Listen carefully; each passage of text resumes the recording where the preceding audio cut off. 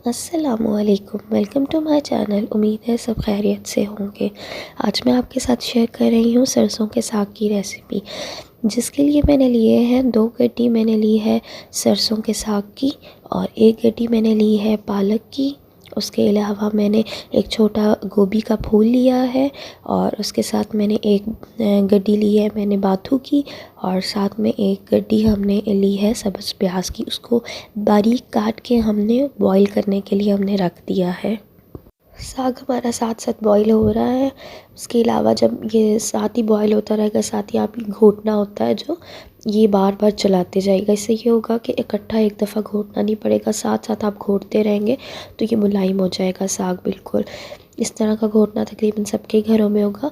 उसके अलावा हमने इसमें डाला है मिर्चें, 1 पाव हमने मिर्चें ली हैं, 1 इंच का पीस हमने साथ में अदरक का लिया है और 4 से 5 जवे आप लहसुन के लिए। बाकी आपकी अपनी मर्ज़ी है कि आप जितना इसमें लहसुन ऐड करना चाहें अपने टेस्ट के अकॉर्डिंग। उनको हमने ब्लेंड कर दिया। ये ब्लेंड करने के बाद ये पेस्ट हमने ऐड करना है साग में। तो इसी तरह बॉईल आते हुए ही हमने साग में ये जो पेस्ट बनाया था सब्ज़ मिर्चों का, अदरक का और लहसुन का, ये हमने ऐड कर देना है।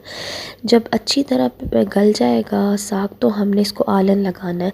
उसके लिए हमें आटा चाहिए होगा। आप चाहे तो पानी में घोल के भी डाल सकते हैं आटा और साथ साथ आप घोटना चलाते रहें, वरना ये बहुत इजी तरीका है कि थोड़ा थोड़ा आप आटा डालते जाएं और इसको घुमाते रहें इसको घोटने को। और इससे ये होगा कि आपका जो साग है उसके अंदर पानी में सेपरेट में नहीं नज़र आएगा, वो बहुत अच्छा सा मुलायम हो जाएगा साग। और अच्छी तरह आपने घोटना है जब तक मुलायम ना हो जाए। आटा हम इसमें मकई का आटा भी यूज़ कर सकते हैं और दूसरा आटा भी हम यूज़ कर सकते हैं जो हम रोटी के लिए यूज़ करते हैं डेली रूटीन में। तो आप वो भी डाल सकते हैं मकई का आटा, अगर आपके पास वो अवेलेबल है। तो ये तब तक आपने आटा डालते रहना जब तक इसका पानी बिल्कुल एक यकजान हो जाएंगे। अब ये साग रेडी हो गया था। अब हम तड़का लगा रहे हैं। तड़के के लिए हमने प्याज लिया है और उसमें लहसुन ऐड किया है और उसे फ्राई किया जब तक उसका कलर ना चेंज आए। तो फिर उसमें हम टमाटर ऐड करेंगे। ये मैंने 1 प्याज ले लिया था, छोटा प्याज ले लिया था। तो आप वैसे तो लहसुन का तड़का भी खाली लगा सकते हैं, लेकिन मैं प्याज और टमाटर का तड़का ज़्यादा पसंद करती हूँ। उससे बहुत ज़्यादा अच्छा टेस्ट हो जाता है साग का। और भी ये बिल्कुल देसी तरीके से मैंने आपको साग की रेसिपी आपके साथ शेयर की है। तो ये बहुत ही टेस्टी बनेगा साग। और जब हम प्याज और लहसुन फ्राई हो गए तो उसमें मैंने टमाटर, 1 बड़ा टमाटर ऐड किया है, 1 चम्मच लाल मिर्च ऐड की है और 1 चम्मच नमक ऐड किया है।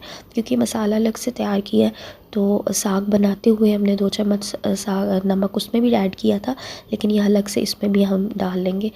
ये हमारा मसाला अच्छा सा भुन गया है। अब हम इसमें साग ऐड करेंगे।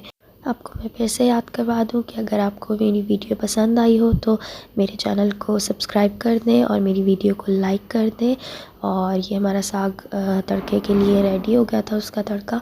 तो हमने साग उसमें ऐड कर दिया है और उसके बाद इसमें आप देसी घी ऐड कर सकते हैं और साथ में अदरक और मिर्चें बारीक कटी हुई वो ऐड करें और धनिया ऐड करें। तो ये आपका बहुत ही टेस्टी तड़का मैंने आपको जो बताया, ये बहुत ही मज़ेदार आपका साग रेडी होगा इस तड़के से। और इसको आप मकई की रोटी के साथ आप सर्व कर सकते हैं। उसके अलावा घर की सादी रोटी या पराठे के साथ भी ये बहुत मज़े का लगेगा आपको साग।